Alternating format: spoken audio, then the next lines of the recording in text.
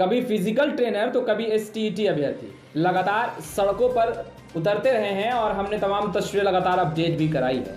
आज जेडीयू कार्यालय के बाहर टीईटी अभ्यर्थी भूख हड़ताल पर बैठ गए। मंत्री विजय चौधरी जो कि शिक्षा मंत्री हैं, उन्होंने साफ साफ लफ्जों में कह दिया, धैर्य रखिए, सबका सुना जाएगा।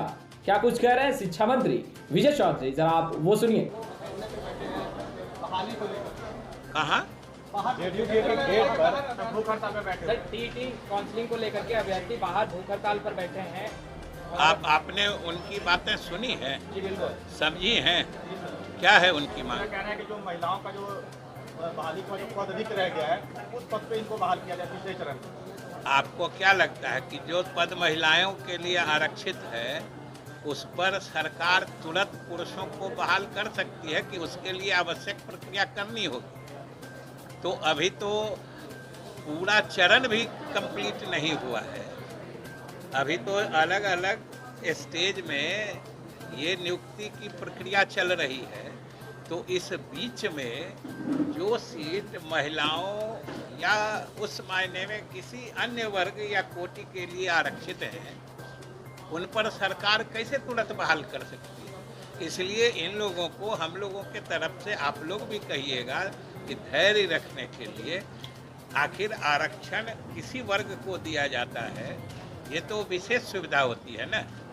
उसको तुरंत अगर नहीं कोई उस श्रेणी के लोग मिलते हैं तो उसकी भी दूसरे श्रेणी से लेने के लिए उसकी भी निर्धारित प्रक्रिया होती है। ऐसा नहीं है कि जो तुरंत कोई श्रेणी के लोग नहीं आए तो दूसरे श्रेणी में के लोग ले लिए जाएंगे। इसलिए इन लोगों को धैर्य रखना चाहिए।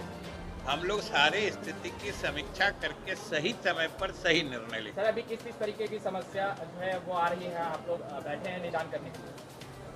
इसमें हर विभाग की अलग अलग तरह की समस्याएं होती हैं। जैसे शिक्षा विभाग में है, नियोजन के संबंध में है कि कहीं कोई नियोजन पर सही समय में नहीं पहुंच सके हैं, किन्हीं की शिकायत जो बिहार स्कूल एग्जामिनेशन बोर्ड है, सर्टिफिकेट दिया गया है उसमें कहीं थोड़ी कोई त्रुटि हो गई है, जन्म तिथि में कहीं कोई त्रुटि हो गई है, फादर्स नेम में कहीं कोई त्रुटि हो गई है, नाम के स्पेलिंग में अनेक तरह की शिकायतें आती हैं और हम लोग उनकी संतुष्टि और फिर दूसरी बात कि जो भी प्रक्रियात्मक पहलू है उसके जिस तरीके से समाधान हो सकता है वो हम लोग तरीका बताकर तुरंत उसमें संबंधित अधिकारी से संपर्क करके जो आते हैं शिकायत लेकर उनके समस्या का निराकरण करते हैं। सर, आज टीईटी अभ्यर्थी जो है भूख हड़ताल पर बैठे हैं। स्पोर्ट्स डे के दिन फिजिकल ट्रेनर जो है सड़कों पर उतरे हैं। आज तेजस्वी यादव का ट्वीट भी आया है। आपने पहला सवाल रिपीट किया। नहीं, तेजस्वी यादव का ट्वीट भी आया है सर, 19 लाख रोजगार को लेकर। अब हम बिहार की जनता के प्रति जवाबदेह हैं। अगर जनता की कोई बात है, जनता की कोई मांग है तो आप बताइए, हम निश्चित उसका निराकरण करेंगे। क्या है 19 लाख युवाओं को रोजगार देने का जो वादा का मुद्दा क्या था उसको लेकर? क्या रोजगार का मुद्दा, रोजगार देने की जो सरकार आप लोग क्या देख रहे हैं? जो हम लोग इतने हजारों हजार शिक्षक की रोज नियुक्तियां कर रहे हैं, ये रोजगार नहीं है क्या? और अगर रोजगार है तो आप क्यों नहीं उनको समझाते हैं? जो आप भी देख रहे हैं, आप सिर्फ पत्रकार हैं कि आप बिहार के नागरिक भी हैं? आप क्यों नहीं समझाते हैं?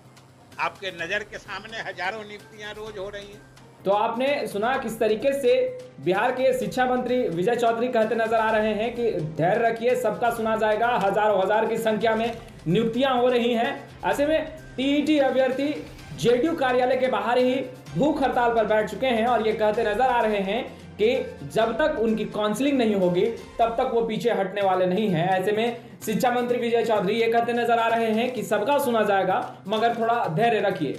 और जिस तरीके से 19 लाख रोजगार देने का वादा कहें या जनता के बीच जो एनडीए के तमाम नेता कहते नजर आ रहे थे चुनाव के वक्त कि 19 लाख रोजगार दिया जाएगा युवाओं को, उसके बाद अब बिहार के शिक्षा मंत्री ये कह रहे हैं कि हजारों हजार की संख्या में नियुक्तियां हो रही हैं, तो क्या वो रोजगार नहीं है?